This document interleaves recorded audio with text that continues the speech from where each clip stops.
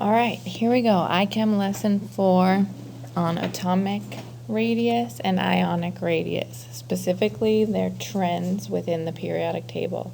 Make sure you have your viewing guide with you, and certainly, as always, a periodic table would be helpful. Okay, so first let's define trends. A trend is a repeating pattern. Specifically, we're talking about periodic trends, a repeating pattern on the periodic table. Today, we're going to talk about the trend in atomic radius. If you just look at this picture on this slide for now, you can start visualizing some trends in the periodic table. Maybe you notice the bottom right corner, cesium, is the biggest. And maybe you notice as you go to the right, it gets smaller and smaller and smaller. Maybe you also notice that the top right, helium, is the smallest. This brings us to talking about the trends in the atomic radius. But before we can do that, we need to define atomic radius.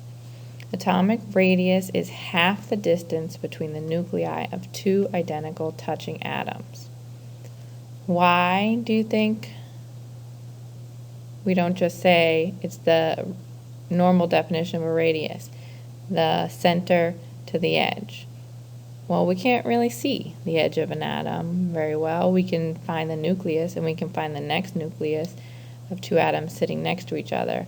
But the edge of the electron cloud is something that's a lot more difficult to define. So we take two atoms sitting next to each other, find the distance between the nuclei, and divide that by 2 to get the atomic radius. When we're talking about periodic trends, we talk about 2 specific kinds. The period trend, so this is the pattern in the rows. The period trend for atomic radius says the atomic radius decreases from the left to the right across a row. The group trend, this is when you're in a certain column, the atomic radius decreases from the bottom to the top of a column. Now, that brings us to why does this happen? One is a little bit more straightforward to explain than the other. This one's a little bit harder. The radius decreases across a period because the nucleus is gaining more protons to become larger and more strongly positive. The electron cloud is then drawn in by the forces of attraction. So even though you go from left to right, you're gaining more electrons, they're being drawn in closer and closer because that nucleus is so strongly positive. This next one within the group is easier to explain.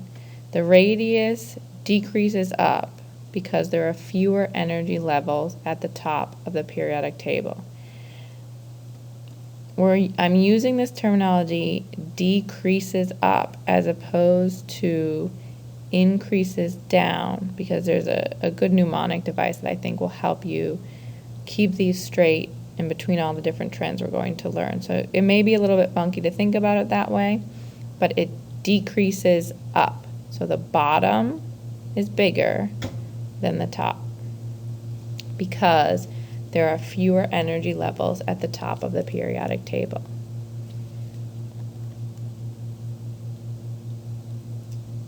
So let's do a few examples. Here's a sample problem from your viewing guide. Which of the following atoms will have the smallest radius? Just looking at these may be a little overwhelming. That's where your tools come in handy. The main number 1 tool we have is a periodic table. So you get your periodic table, you find all the elements, and you apply the trend. Remember, came back to that mnemonic device, that memory tool. So it's on your notes, draw this memory tool. Draw an arrow pointing up, an arrow pointing to the right and then write the word decreases. Now, atomic radius decreases along each of these arrows. Circle the D. This is why I wrote decreases, because the D goes with the D up here. Send your eye up to atomic radius, to the D and atomic radius. So draw your arrows, write decreases, circle your D here, and circle your D here. Now, whenever you think radius, you're going to think decreases, and then you're going to draw this memory tool. So really, you just have to remember radius, decreases, and then the direction of those two arrows. Okay, now let's apply it. To be able to apply it, we need to find all of these atoms on the periodic table. So first, tin. The answer popped up there. I didn't want that to happen. First tin, up there at 50. And then we have strontium over here at 38. We have selenium over here at 34. And arsenic right next to it. Now remember, as we go from left to right, it's decreasing. As we go from bottom to top, it's decreasing. So something the furthest to the right and furthest to the top would have the smallest radius. So selenium here has the smallest radius. All right, let's try one more example. Here's our example in our periodic table. And remember our memory tool.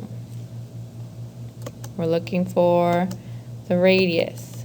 We circle the D. We draw arrows and we write decreasing. The arrows indicate the direction of decreasing. Okay, now the answer is probably going to pop up again, but we're going to ignore that for a second because I'm going to step you through how I got it. Come over to the periodic table. Find aluminum. Find copper.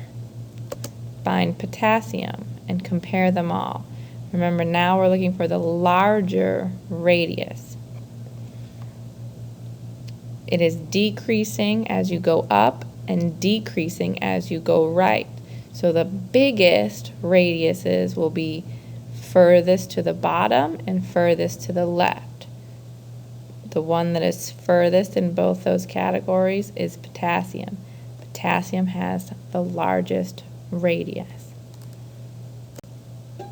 Now, ionic radius. Now we're talking about an element, comparing it to their ions.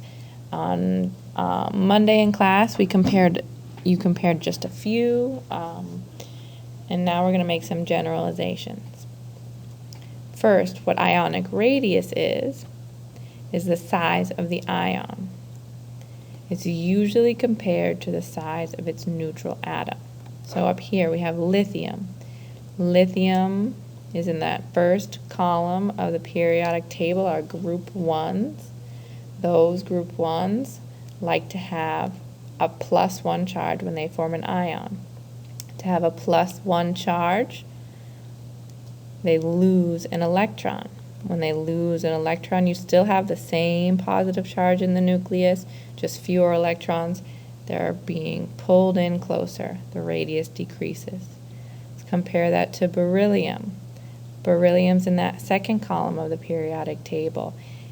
It likes to have a +2 charge, lose 2 electrons when it forms an ion. Now it has the same strong positive charge in the middle, and it's lost 2 electrons, so the rest of those electrons are held in even tighter. It becomes smaller. Now let's go to the other end of the periodic table, to the halogens. The halogen, fluorine. Fluorine likes to gain an electron to become F-. Now fluorine has the same positive charge in the middle and even more electrons floating around it. So those electrons are held in not quite as tight by that positive charge, and the radius increases. And these other examples show the same pattern. So let's look and put it all together. Cations. Cations form by losing an electron. As electron is lost, the ion becomes smaller. Write that down in your table. They form by losing an electron, and as the electrons are lost, the ion becomes smaller.